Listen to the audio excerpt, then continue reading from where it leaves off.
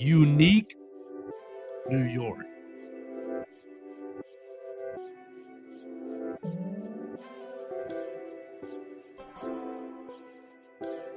This is The Joe Gaither Show on BamaCentral.com.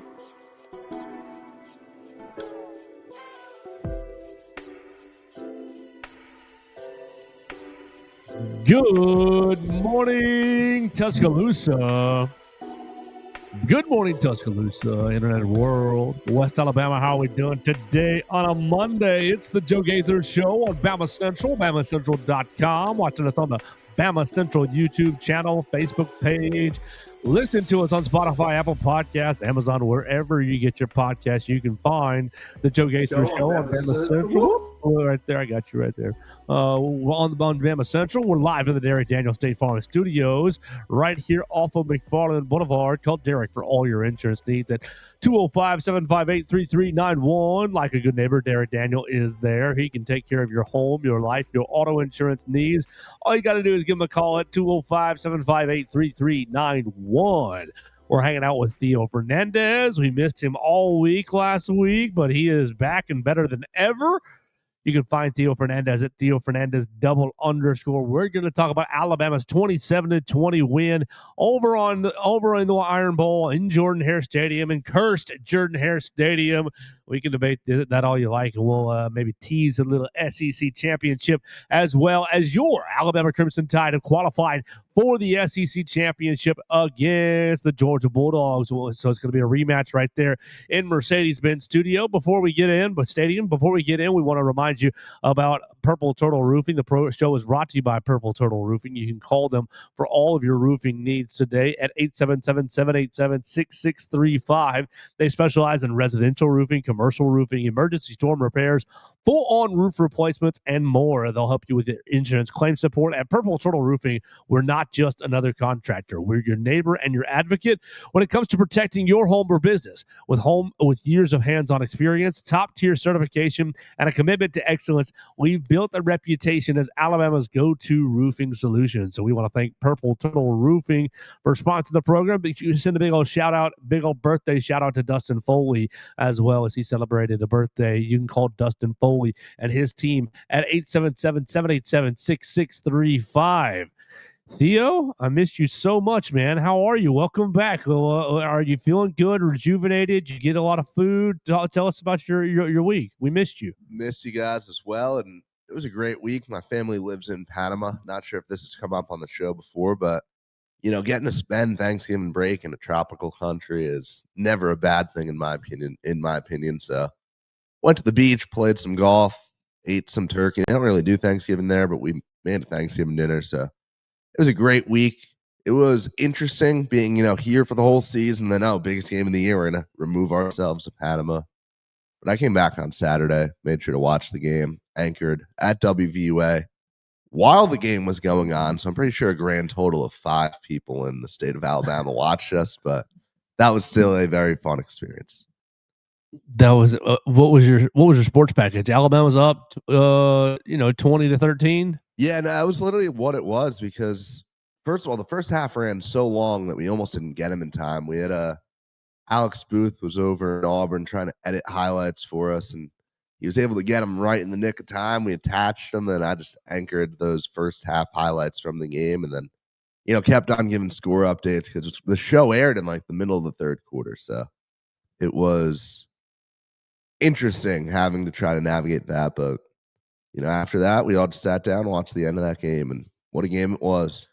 What a game it was. Alabama wins 27-20. I know all you guys watch and listen to every bit of every show, so you heard us at the very end of the show last on Friday saying that Alabama would win 28-20. I felt pretty dang vindicated as the score was going, or as the clock was going 10, 9, 8, 7, 6, 5, 4, 3, 2. I was just dancing around my living room. I know that my girlfriend was laughing because I was like, I want to be right more than I want Alabama to win. But Alabama won 27-20, got it done. As Auburn was lining up for a couple of field goals, those first half field goals, I was texting into her. I said, well, they can't get to 20 unless they kick 2 field goals. And I was like, yes, let's go. So it was a great Iron Bowl. It was a great Iron Bowl. The defense played fantastic outside of about 5 snaps. Auburn scoring touchdowns on 2 of them, getting a 4th down conversion in the first half from Ashton Daniels that led to one of the field goals. Really, really outstanding for the defense. Offense was okay for a bit. Running game got going a little, and then you just ran into a brick wall by playing this double reverse pass, flea flicker type pass situation, and the offense went into a tank for a while. Ty Simpson got beat up a good bit, but no passing targets for Ryan Williams. Is Ryan Williams in the doghouse? Why did he not get any passing targets? Coach DeBoer saying nothing to read into right there. We don't know. I don't know how much I would leave that. But Connor Talty making 2 field goals as well. I know everybody was upset or nervous. Everybody was nervous to see Connor Talty lining up for some field goals, but he made both of his field goals. Alabama dropping its gonads on the table, going for 4th and 2 at 20 to 20 right there in the red zone instead of putting Connor Talty back out there. And Isaiah Horton, 3 touchdown receptions, 3 touchdown catches. So those are the big highlights. So where do you want to start, Theo? What do you want to start with? The good, bad, or ugly, or somewhere else? Well, first of all, to get this out of the way, Connor Talty, everything's forgiven. Everything? Right? I mean, I think so. You go out there, you make those kicks in the Iron Bowl, you're perfect. You do what you need to do. And I think I can look past everything else, and I think most people can. That would be an interesting debate that maybe we'll get. Sure. No, that's fine. I mean, everything that can be your perspective. I don't know if I feel about everything is forgiven, but I do think, hey, man, A+ job. What more can you ask for? You 3, 6, 7, 8, 9, right? 9 points in the Iron Bowl. What else what else can you really want right there? So and that 46-yard kick, that's a difficult kick, man. Yes, it is. It is a hard kick. I mean, it's even harder for a guy who's missing 30-yarders against Eastern Illinois. But do you think that last week's boos, the Eastern Illinois boos, prepared him to go into the Iron Bowl where everybody boo rah? Or do you think the Auburn faithful were like, oh, they're sending Connor Talty out there, he's gonna miss, yay, and gave him some like false confidence, and he just sat right there and nailed it? Maybe Eastern Illinois did prepare him. Maybe, I don't understand how kickers work up here. Like I don't know how that psychological game looks, but hey, I mean, that's a tough kick. He did what needed to be done, and now, I'm not going to feel confident about him stepping out there any game in the future. That's why I push back on everything. Go ahead. Yeah, I guess so. If he keeps, okay, I guess we're still on a kick-by-kick basis, huh? I am. I definitely am. That might have been a really bad take on my part, but we can move on from that. I'm not trying to put you in a box there, but yeah, that's where I'm with. I'm like, great job, A+, but next kick I'm going to be, and then, good job, you made it again, right? Keep going, you made another one. Let's go. Keep stacking kicks. You talked me through that, and I think I agree with your opinion there. How about those 4th downs, though? It wasn't just the touchdown. I mean, it was multiple 4th downs on that drive in the game. Just massive balls there from Kalen DeBoer. Alabama 3 of 3 on 4th downs in the contest. Just deciding when and where to go for it, and really getting it done. It was impressive, and I absolutely agree with the last one, especially right when you're that far in. I absolutely think it's the right move to make. And for Horton to just, he runs the route, gets open. That guy, that's an all-time Iron Bowl performance.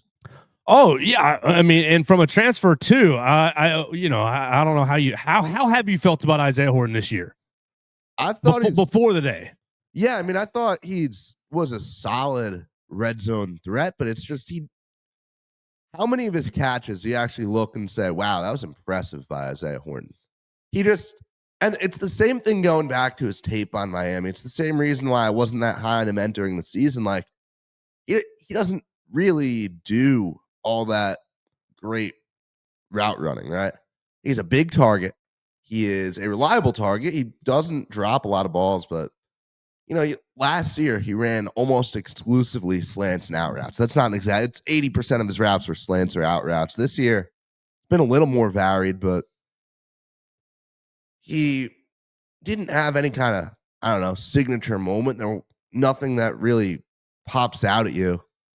he had what? I think he had a stretch of 5 touchdowns in 7 games, but besides that, I mean, this is his moment right here, and this is kind of what we've been waiting for, and completely justifies the decision to bring him in and just delivers when you need to. So I'm very happy with that performance, obviously. Yeah, I think that okay, I'm counting these fourth down conversions here. Oh, that's all gonna mess me up here on the fourth quarter. Two. It says 3, but was there 4 with the penalty? No, it's just Yeah, the penalty was a fourth down conversion. All right, so 2 active plays and and a penalty getting Auburn to jump off sides right there. But Isaiah Horton, I have been through the year, through the 11 games, like, okay, he's fine. He's had a couple of catches where it's like, oh, that's nice. I mean, it's nice for Ty Simpson to be able to throw it up for him. He's going to go catch it, catch a higher pass above the defense. But I haven't really been overwhelmed by his contributions this season. I haven't really been overwhelmed by, oh man, he's an absolute weapon out here for Alabama. We can just rely on him and go to him.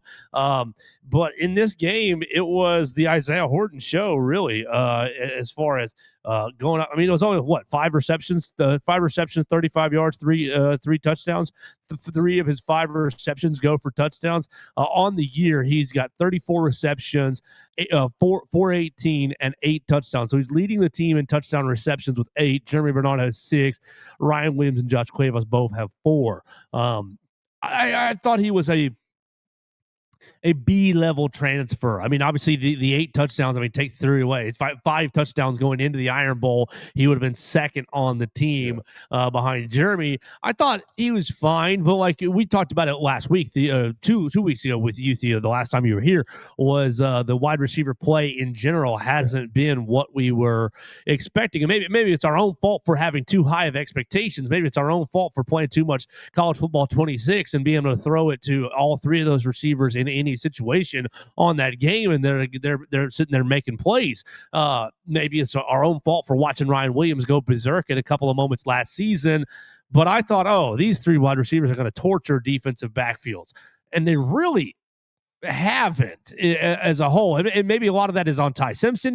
Ty up and down play. When he's been up, it's been so up. When he's been down, it's been so down. So it's like a roller coaster with Ty Simpson. So it's probably a little column A, a little column B, and mixed in with some poor expectations. But on Saturday night, I thought that Isaiah Horton really was probably his best self. On 6 targets, he caught 5 of them. Obviously, with the 3 touchdowns, the first touchdown in the back of the end zone was really an impressive play from Ty Simpson. Ty was falling away. They get a free blitzer. He's backpedaling, and he drops one in the bucket on the back line of the end zone. And you got the Auburn faithful. Well, he pushed off. Whatever. Argue with your mama about calls. I'm not about arguing about calls. But I thought that Isaiah Horton used his body position and caught it right on the back line, and really was impressive there. So I was pretty pleased. Oh, I can go to Henry's little thing and see all 3 of his touchdowns. Can I? That's going to be an easy way to see all 3 of them at one time. Right there. Good job, Henry. Henry Oscalar on the Twitter machine, folks. There it is. His minute 20. There's the first one. He's backpedaling away, right? On the back line. The third one, obviously 4th and 2. So many things have happened since Saturday night for me that my memory is all jumbled together. All right, here's a second.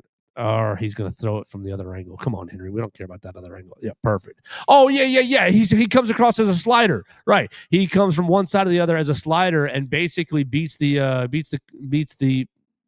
Auburn to the edge. Basically, he's running the running back fast to the flat route from the fullback position. Really creative way for Ryan Grubb to get him into that position. Running back fast to the flat has been really one of the dangerous plays in football all season long, not just for Alabama, but for any team. You get a leaking running back from the backfield right into the flat, and teams have had a really hard time covering that. So nice to see Isaiah Horton kind of sliding into the fullback position and then sliding all the way across the formation. So really great design there. I thought so. The first one I think is probably really good play for Isaiah, really good skill. The second one I'm giving to Ryan Grubb as a pretty nice design. And this third one, kind of a mixture of both, because you get a nice throw, you get a nice catch, but it is, I mean, a nice design to kind of get after that. You're coming out of this bunch formation. Horton is coming from the outside in, basically just running an arrow route straight across the formation, and everybody clears out, and the last guy doesn't follow Horton well enough, and Ty finds him. So just a really nice performance for Isaiah Horton, and probably his best of the whole year in an Alabama uniform. Oh, no doubt about that one. I completely agree there. But again, the other receivers still are it's still a question mark. It is something that I don't think we can feel very secure about, right? I mean, the fact we're done with the regular season and we still don't know what Ryan Williams is.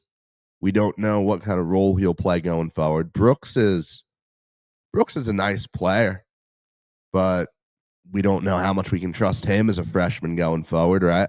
We don't know if we'll have this kind of performance from Horton replicated. We don't know if and when Cuevas will return. We don't really know what Caleb Edwards is, right? Still as a freshman.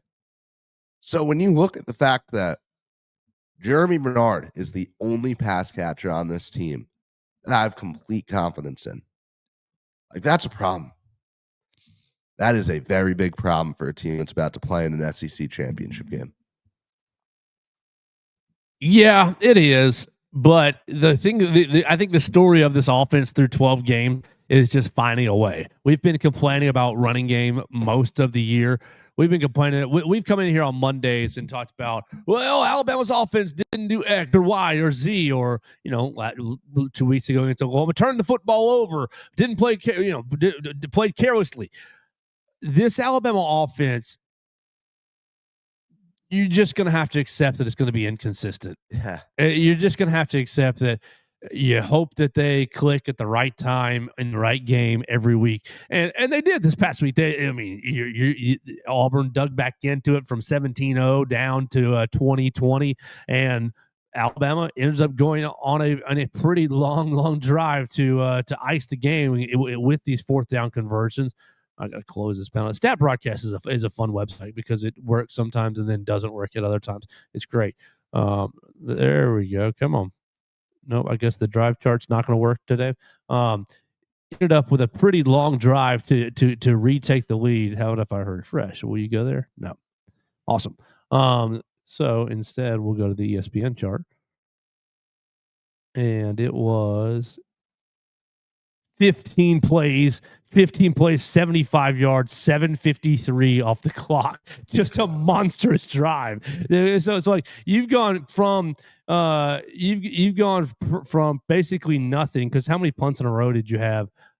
You went from basically nothing. No real offense. You kicked a field goal on the first drive of the second half. Great. And then 2 straight punts, 3 and out.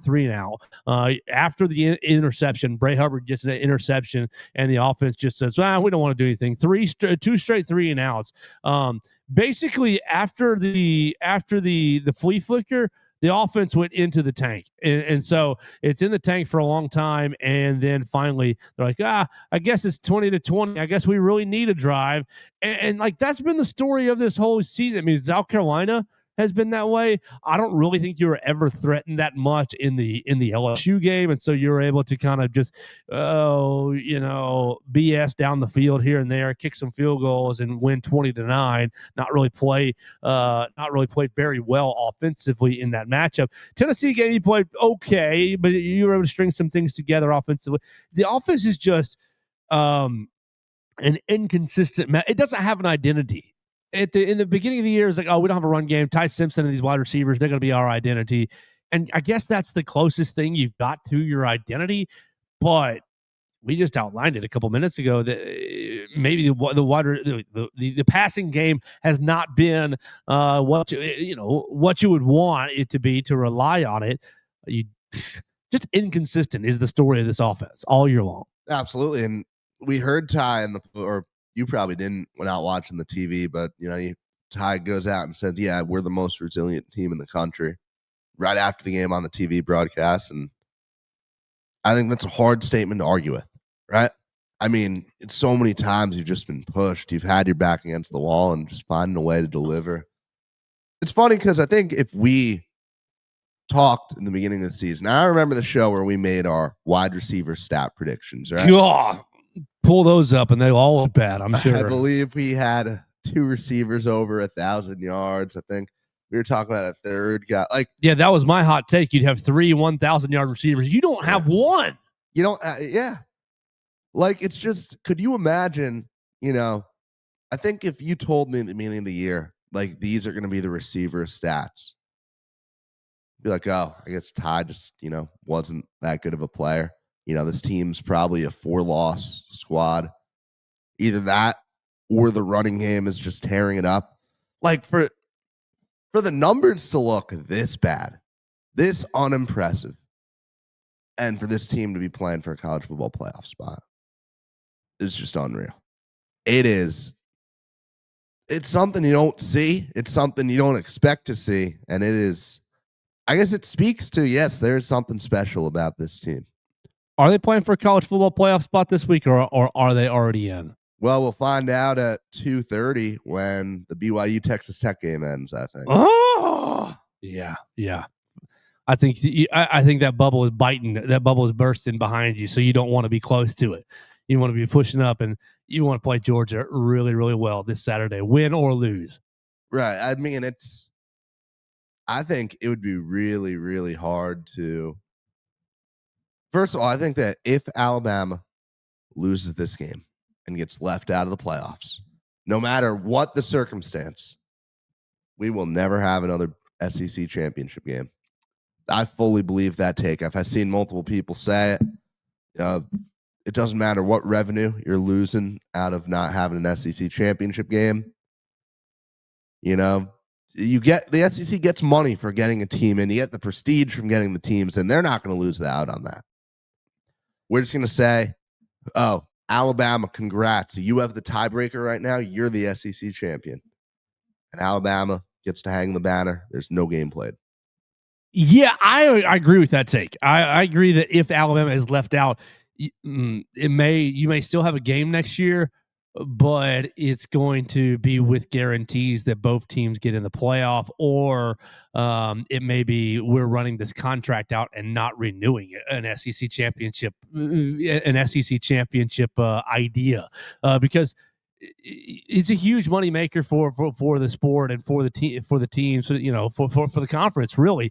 But at what expense? At what cost? And I think that I think that the powers that be of the SEC are really, really going to be pumping the propaganda out this weekend, that both Georgia and Alabama are already in. I mean, you've already seen this from Chuck Dunlap, Director of Communications for the SEC. He made sure to go on Twitter and remind everybody that Alabama is the number 1 seed in this game. Alabama's the home team. Alabama's going to be wearing crimson because they won the tiebreaker over Georgia. Because people are like, well, if Alabama loses, are they out? And he was like, well, they're the number 1 seed in this game. They're not out.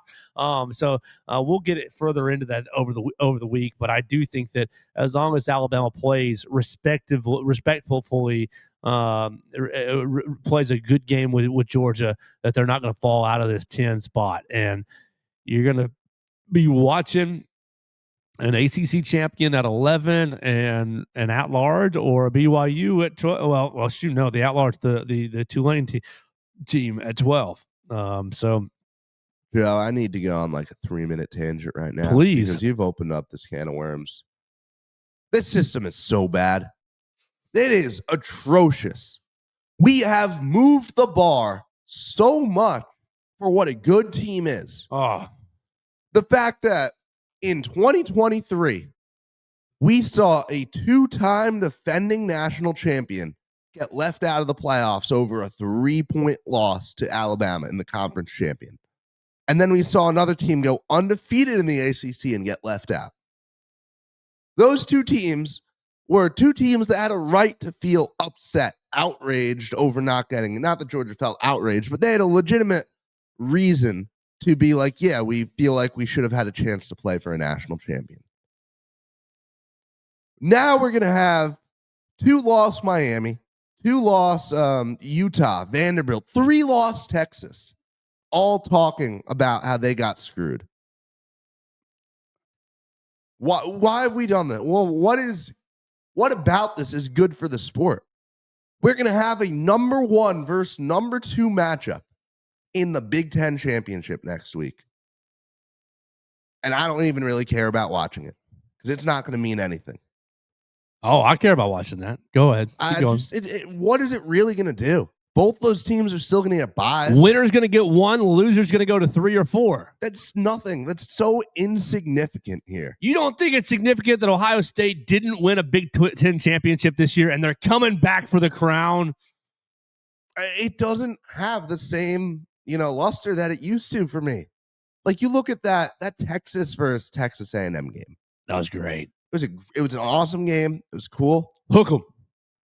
It did. 2 years ago, that game would have been a season-altering upset. You look at there's Texas A&M after the great season is going to miss the playoff. I contend because of that we should really actually be looking at A&M's resume, and they should be falling out. 11-1. I don't care who you beat. Notre Dame by 1 point. Is Notre Dame really that good? You played what 14, 15, 16 in the SEC. You played 9, 10 to 15, like all the bottom feeders in the SEC. You beat no one. And the best team in the SEC that you played finished 5th in the conference, and they beat you.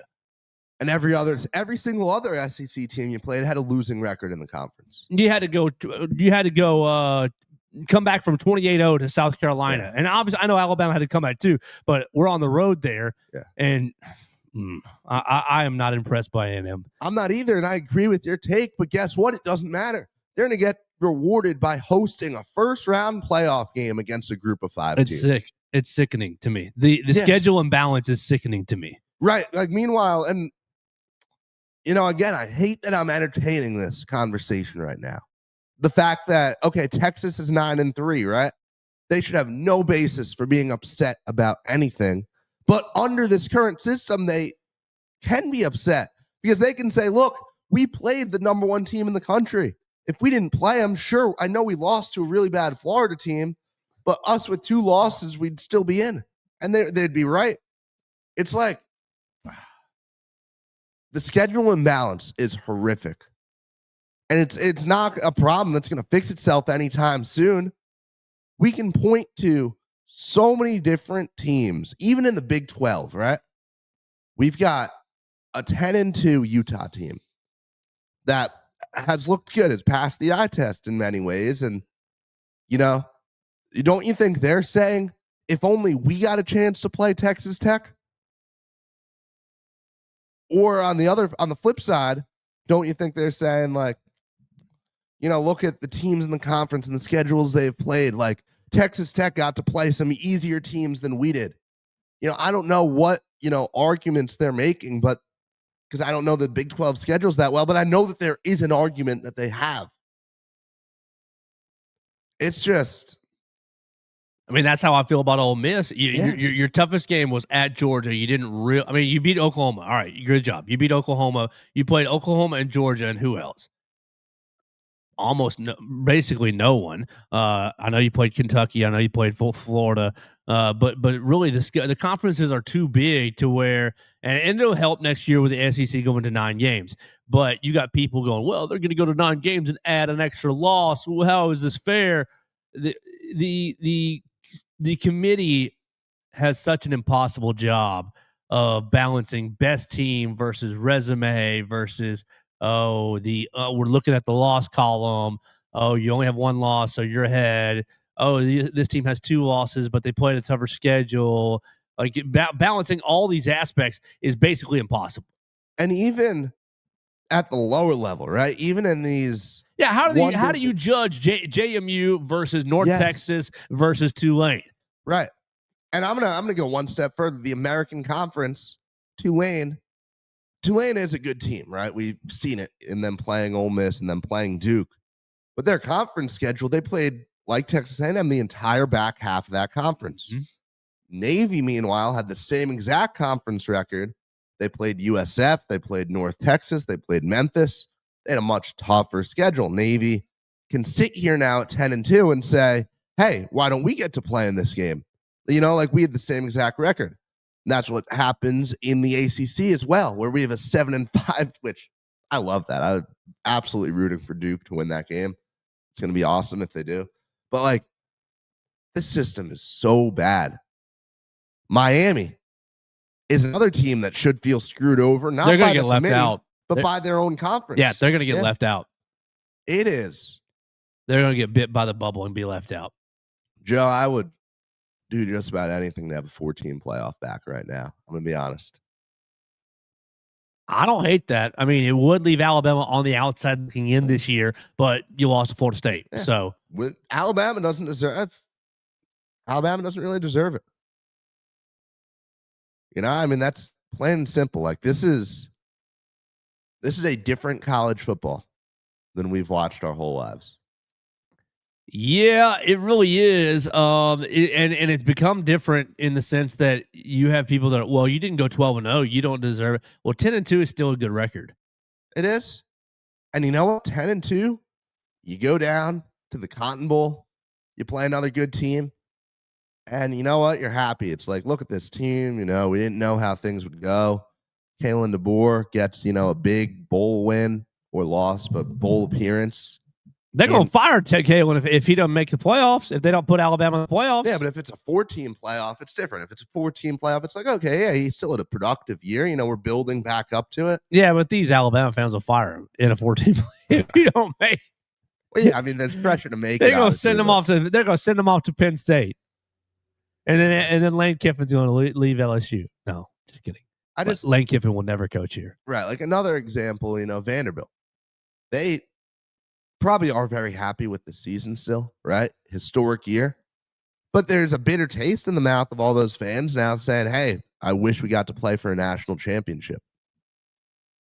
They've got a case, right? I mean, not a great one, but they've got a case. And I think the fun team with a Heisman Trophy winner. I think the number one thing that these past 2 years have proved to me is that no matter how big we expand this thing, yes, where the more we expand it, the more teams we're going to have that feel screwed over.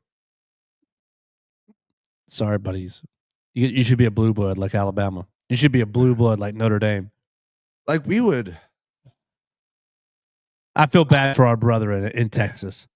If we expanded it to 32 teams, we would have Iowa yelling about being the first team out. Oh, yeah. Like it's for sure. It doesn't matter what number we put this thing Well, at. you've got to revert back. I mean, it's not going to happen, but you've got to revert back to regional conferences to where you're all playing tighter schedules. And if you want to just have 12 conferences and everything's smaller and you have 12 conference champions, so everybody has a formulaic path to going to the playoff. Like the problem is right now is you don't have a formulaic path. It's very feel oriented. The only real formula you have is conference champions, your top 5 rated conference champion. But even that's going to get thrown into flux this week if Duke wins. Yeah. If Duke wins, are you going to go Tulane and James Madison, or are you going to go Tulane and Duke? Like you're biting more teams on the bubble right there. Mm-hmm. So the problem is the formula is not very set, and the schedules are highly imbalanced across college football and within your own conferences. And this is nothing new to college football, right? It's a problem we've always had, obviously, but it's just under the old system. It was very, very apparent who the top teams were. It's still apparent, is it not? Ohio State's the best team in the country. Yes. So if we were making a 4-team playoff off of this regular season that we've had, winner of this weekend's Big Ten championship goes. The loser might go too, but that's. See, I liked it best when those conference title games were de facto playoff games. Well, I mean, 2017, Alabama and Georgia both get into the playoff, and that was wrong. Like you have exceptions because I don't know. It's like. You have exceptions to that. And mind you, a Big 12 team, I forget who it was. It might have been Kansas State, who lost their conference championship and got dropped for Georgia to stay in. Like, I liked it better when those are de facto playoff games. Alabama didn't even play in the conference championship that year, right? Yeah, they were just sitting at home. Lost to Auburn and got back in at 4, I believe. Yeah. You would make a winner of Ohio State, Indiana is at 1. That's 1. Loser is 5. Sorry, you're out. Winner of the Big 12 title. Yes, yes. So Indiana could stay in as long as BYU at 11-1. Yeah, I don't sure. see how a 1-loss. Yeah, BYU at 11-1. If they beat Texas Tech, avenge their only loss of the season, sure, you're in. Yep. So winner of the Big 12, you're in. Does Alabama Georgia winner go? Yes, probably. But could they? I mean, I don't know. Like Georgia would be in, but wouldn't they just say, "Oh, hey, 1-loss Indiana, you get in over"? I don't know. 2-loss Georgia, 2-loss Alabama. No. They might, but they'd be wrong. They'd be wrong. So, okay. Realistically, SEC conference champion is probably in there. And then from there, you can take your one at large if you want to make it Ole Miss, if you want to make it Oregon, if you want to make it Indiana, if you want to make it it should not be A&M. If you want to make it the loser, so Texas Tech, those teams can all cry about it. You'll have 3 teams crying, and the rest is whatever. Good job, Texas A&M, on the best season you've had in ages. You get to go to the Cotton Bowl. And I would prefer that system to the absolute disaster we have right now. Because like all of this change, I mean, you were always having expansion, anyways. But the year where you had FSU left out and Georgia bumped out by Alabama, I mean, that was a playoff game. Alabama Georgia played a playoff game right there in the SEC championship. Alabama won, Georgia lost, and Florida State, their troubles with their quarterback and their troubles with it bumped them out. They were judged not as good as Alabama, Texas, Washington, and Michigan, and so like. It's fun. Like, sorry, some teams always going to be crying. Yeah, I mean, there's no way to fix it. Right. So I think the best way to fix it would be to shrink some of these conferences and make it more formulaic, but they will not do that for money purposes. Let's get back to the Iron Bowl here, Theo. Yeah, that was a long tangent, but I had to get some of that. That's okay. That's okay. We talked about Isaiah Horton. Do you want to talk about the running game? Do you want to talk about the Alabama's defense? Do you want to talk about it just going forward on 4th and 2 instead of kicking a field goal? What's the angle that you want to get into?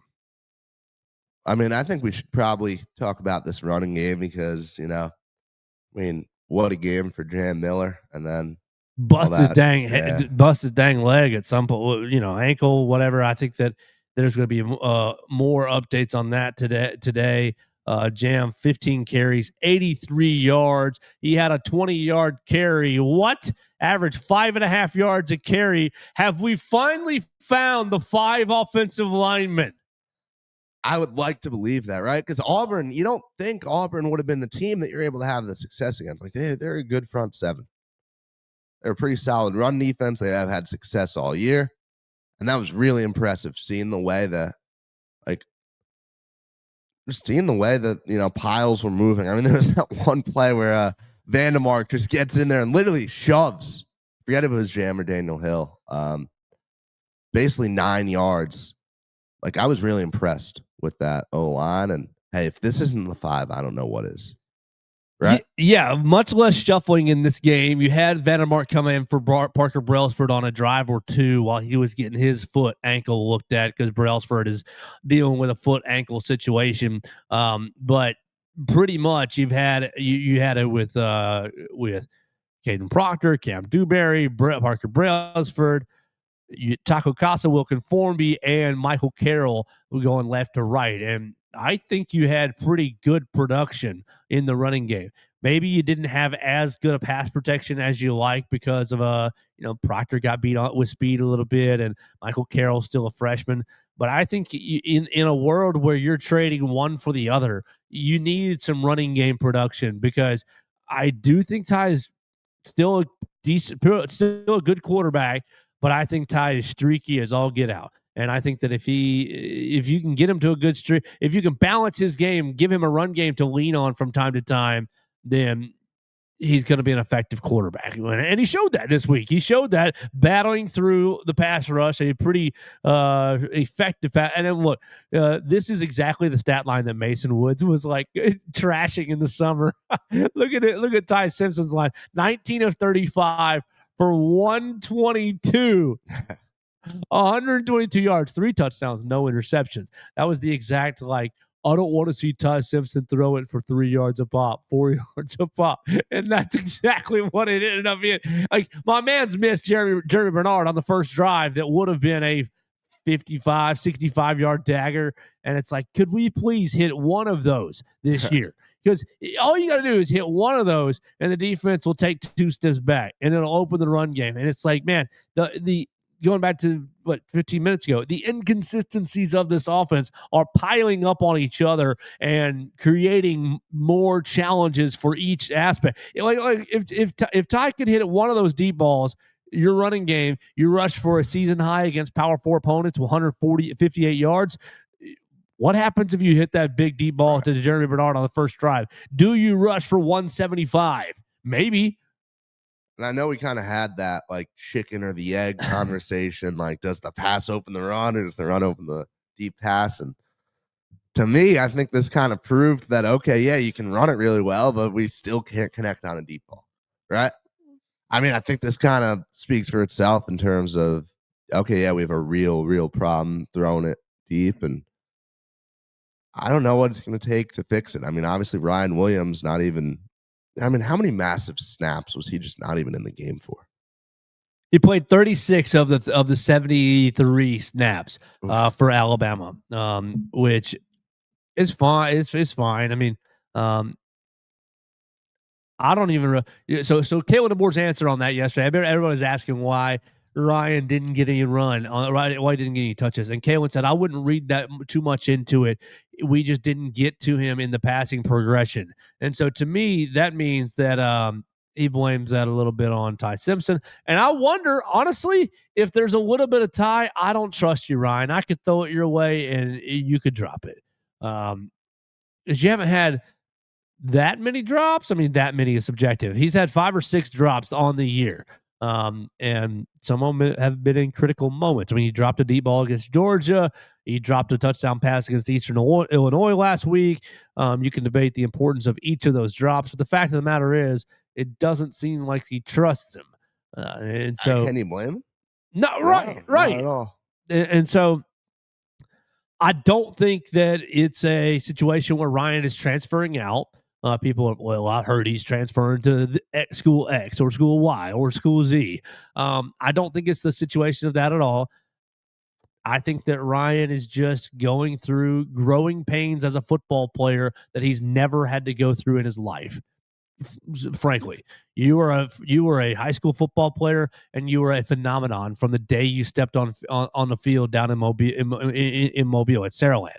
Like you've always been a focal point of the offense, and you've always been, oh, your route running is good enough. If you drop one pass, you'll get 9 more. You'll be able to catch them all. It's fine. You'll be able to catch the next 8. Maybe you drop it. So you get 10 targets, you drop 2, you caught 8. You had a great game. You're the man, Ryan. We love you. And like, I do think Ryan's still the man, but I think that he's going through growing pains that he's never had to deal with in his football playing career yet, because up until this point, he's just been naturally gifted as the single best player on every field he's ever played on. So I'm not really sure that there's, what's going on with Ryan? Nothing's going on with Ryan. I think Ryan is learning how to become, go from I'm just really talented to, I'm a consistent every down player, down in and down out. And I think you've seen that this year, and it manifests maybe this past Saturday with no targets on 36 snaps. On, hey, we're throwing to Lucia Brooks. I'm throwing to Isaiah Horton. I'm throwing to Jeremy Bernard. I have no idea. I don't want to speculate about chemistry in practice or after practice or work rate.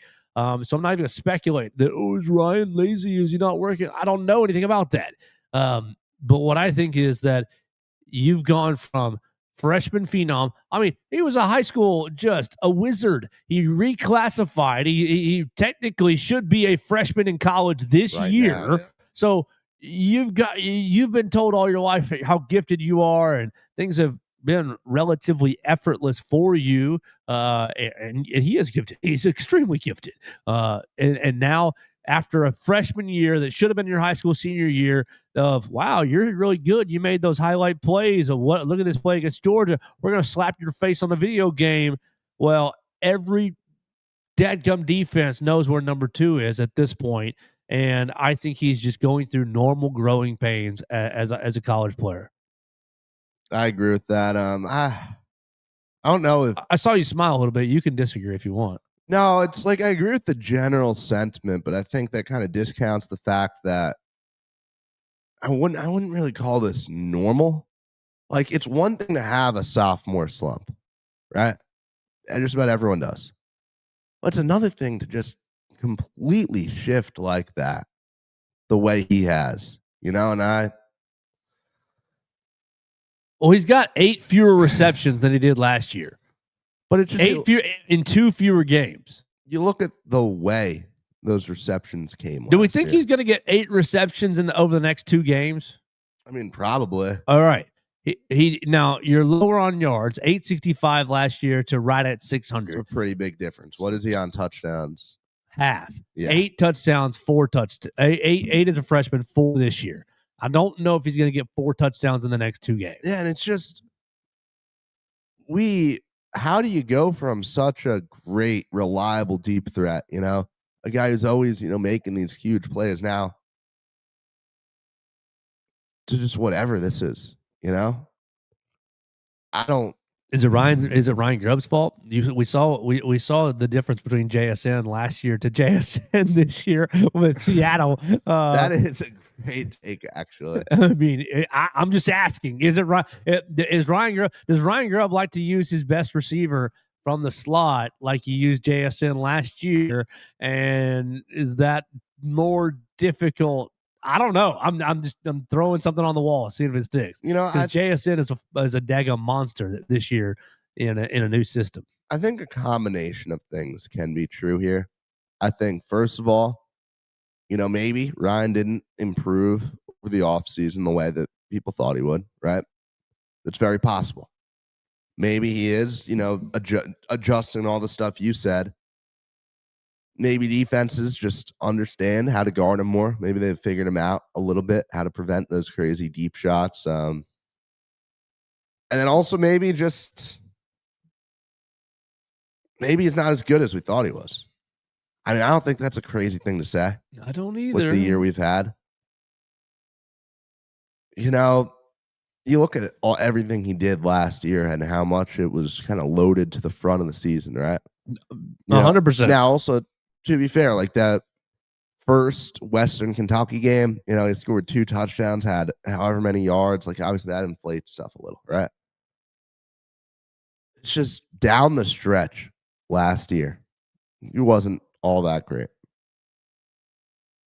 You look at, Wisconsin this year, the game where he's put up really eye-popping numbers. Obviously, he still dropped a touchdown there. It's a Wisconsin defense that was bleeding from every direction. It's just, I don't know how good of a football player Ryan Williams is. I think that's fair to say.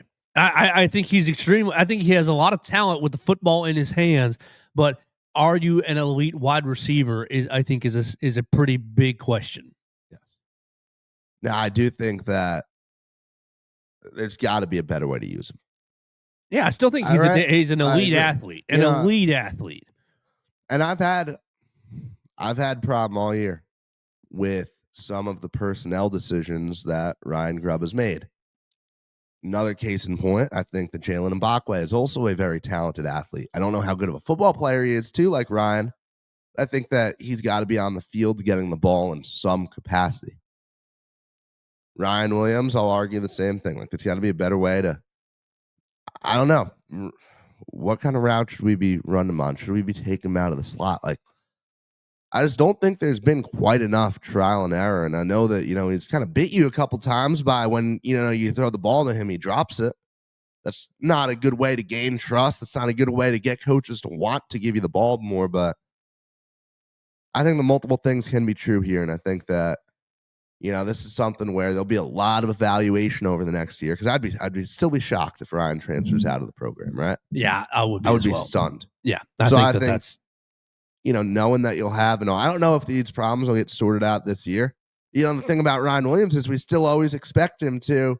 We know this guy could have a 70-yard house call at any given moment, right? But I think that over the offseason, there really will be a lot of evaluation over what is his role, what is his fit, what stuff does he need to work in. And I think we will see a different Ryan Williams in terms of how he's used and the football player he is next year.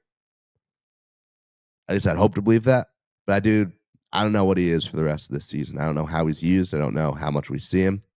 It'll be interesting to monitor. We want to remind you the program is brought to you by Purple Turtle Roofing. You can call Purple Turtle Roofing at 877-787-6635 for all of your roofing needs. Call them today. They specialize in residential roofing, commercial roofing, emergency storm repairs, full-on roof replacements, insurance claim support, and more. You're going to want to make sure your roof is ready for Santa Claus to land on it so he can bring you all the gifts that you've written about for the last 6 weeks. You sent your list off to the North Pole. Well, you got to make sure he's got a good landing zone on your roof. Call them at 877-787-6635. Purple Total Roofing will prepare Santa's landing zone. Make sure that all the reindeer don't damage your roof too bad, and make sure that you get all your gifts and your Christmas morning is a great day. Call them today. Brax Garrison and his crew will come out. They'll give you a free roof inspection. They'll let you know what your roof needs, how much longer you've got with your roof, any trouble spots. They'll help you figure out a game plan to make sure that you have the peace of mind that you deserve. Call them at 877-787-6635. At Purple Turtle Roofing, we're not just another contractor. We're your neighbor and your advocate. With years of hands-on experience, top-tier certification, and a commitment to excellence, we've built the reputation as Alabama's go-to roofing solution. So call Purple Turtle Roofing today, 877-PT-ROOF-5. That's 877-787-6635. All right, Theo, we've gone all this time and we have not handed out flowers and gold sticker stars to Kane Womack. I think that I think there's a reason for that. We could probably just right now stop recording this show and overlay any of the segments of us talking about the defense from a number of games this year, and it would hold true, right? Like, this is what we've seen from this defense all year. Just setting this team up to win a football game, and then when they need to, making the big play. They still gave up 411 yards. Yeah, I mean, it was okay, more yardage than you would have wanted, but created those havoc plays. Yeah, you create those plays. This is such a clutch unit. Missouri, late interception. Vanderbilt picking off Pavia. Georgia, 4th down stop. South Carolina, forcing the fumble. Tennessee, it wasn't the fourth quarter, but that pick 6. It's just, this unit is special. This unit understands the moment and is built for the moment. Bray Hubbard, SEC Defensive Player of the Year. It's too high. That's too far. It's a little two too turnovers in this game. He creates the forced fumble at the end that Deontay Lawson falls on. He ends up with the Karen pass off of the Auburn receiver for the interception. Really, really getting. I mean, Bray, after the first week, Bray has just been a machine. Yes, he has been, man. And he's had a couple rough moments here or there. I mean, the Missouri QB embarrassing him on one of the touchdown run in Columbia. But no, across the board, this is just a very good football player, very smart football player, a guy who always knows where to be, a guy that I have no doubt can play at the next level, and a guy who just big play Bray. That's all you need to say. Big play Bray. It is such an apt nickname because he is always there. It's incredible. How do you feel about the honky badger? I think that's a fun one. I think it's fun, but it's not. It doesn't. I don't know. I don't love it as much, but I've heard that through the year. Do you? I mean, you remember Tyrann Mathieu, honey badger, honky badger. I don't know. It doesn't roll off my tongue very well. It should work better than it does. Right. Yeah, we can do better. Yeah. So really, really impressed. Fun to see Quay Russo back out there. Quay was getting after it, looked like he was playing at full speed. And so you had coming, we talked about it the last 3-4 weeks about Quay and Yanzi Pierre, how they would put them out there at the same time or how they would rotate them. And you had moments where both of them were out there, but you rotated them as well. You ended up with Yanzi Pierre, 5 total tackles, Quay Russo, 2 total tackles. And I just think this unit is play. I mean, you opened the game with 3 straight 3-and-outs. And you really opened it up really well. Is this going to work better? No, this for some reason the drives function on stat broadcast is not. It's not working for me either. Okay. So it's Auburn stat broadcast, but folks. But the Alabama defense really getting after it. 3 tackles for a loss. You had 7 pass breakups, 1 quarterback hurry, 1 sack. You forced 3 fumbles. You recovered 1 of them. You interception.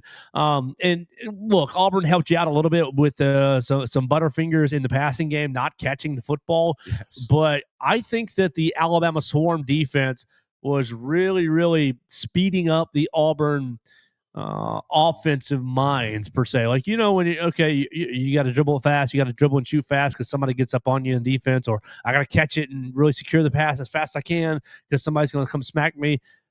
I think the Alabama defense, the swarm defense, is playing with such speed and ferociousness that it is in the minds of the offensive players that Ashton Daniels, I got to get this ball out quick. I got to get this ball out before I'm ready to.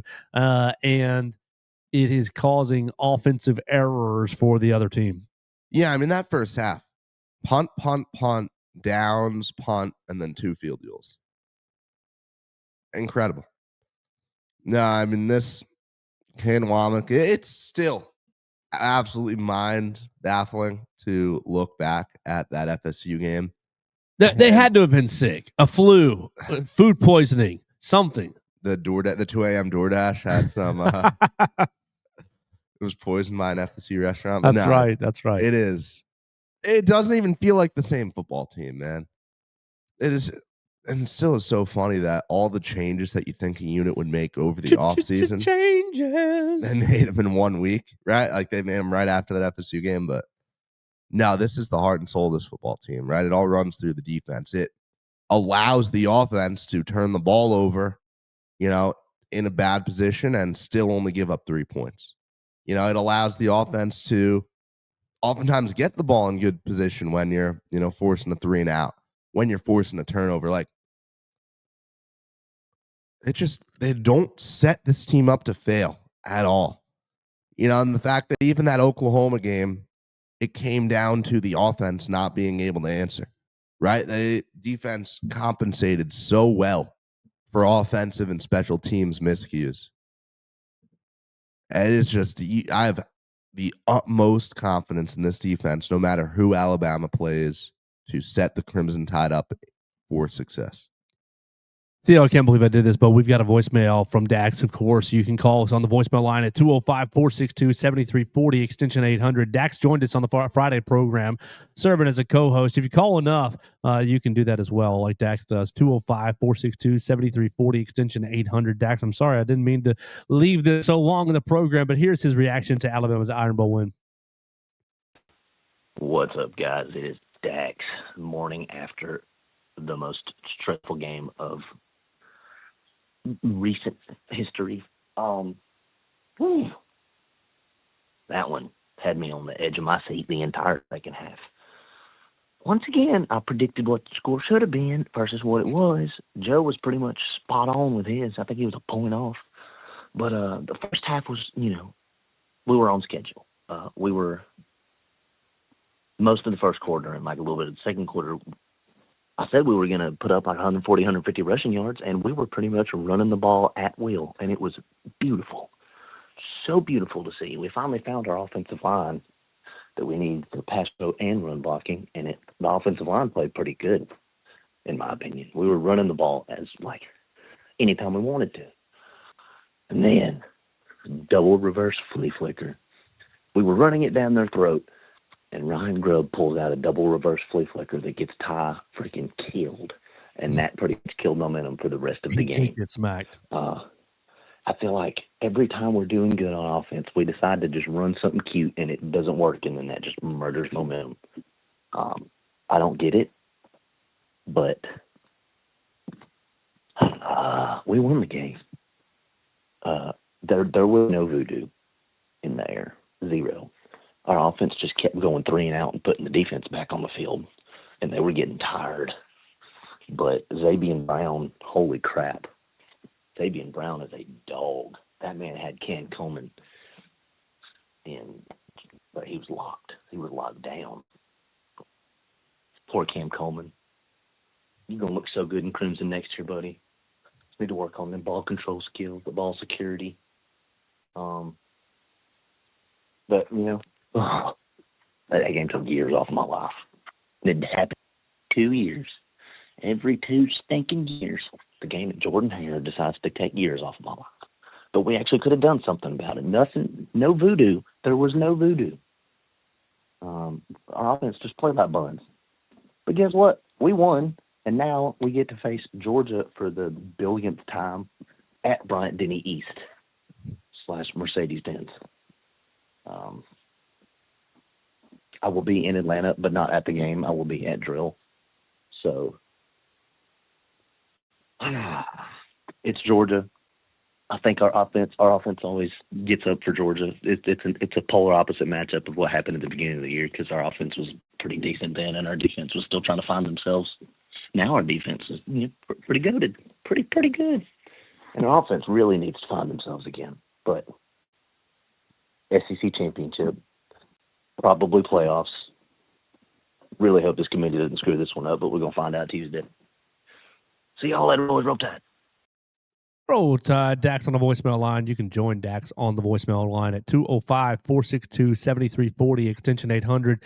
Leave us your thoughts on the Iron Bowl, or set us up with your thoughts on the college football playoff, or on the upcoming SEC championship against Georgia. We're right at an hour, Theo, so I'll leave you to it. You want to leave us one more direction, or you want to wrap this bad boy up? Yeah, I want one more quick reaction to what Dax said on that voicemail line. Go for it. We need to talk. We've needed to talk for a while, and we have before, about Ryan Grubb and his gimmicky ass offense, man. Like, I'm sorry, but it was fun the first couple times. It started to get old. It started to get stale. Teams started to figure it out. And now we keep spamming different cool little like trick plays, like double passes. Oh, we're going to do a fake stumble. And the fake stumble was against Eastern Illinois, mind you, right? No, they did it against Oklahoma. Yeah, they did. Oh, yeah, no, I'm tweaking on that one, yeah. No, the fake stumble against Oklahoma, which was a good call, but it's just some of them work, and then some of them lead to your QB getting his head almost taken off in the Iron Bowl. Do you think Ty was concussed? He definitely looked like it after. Like in the immediate aftermath. And I've been hearing rumors of Ty back injury, not injury, but back discomfort, not rightness. It looked like he got smacked pretty good. The TV, the next couple times they cut to him, man, he did not look like a guy who was all there. But I don't understand how head injuries work. Thankfully, I've never had one, but he seems probably fine, you know? Even, okay, let's say it's not a head. He didn't get a concussion. But lean into the other thing. Like, I've been hearing lots of rumors and lots of whisper about Ty's back not right. Somebody's, he's taking shots. Oh, he's taking painkillers. Oh, he's not quite like, so it's not showing up on the injury report because he's going to play and it's fine and he's just getting through it.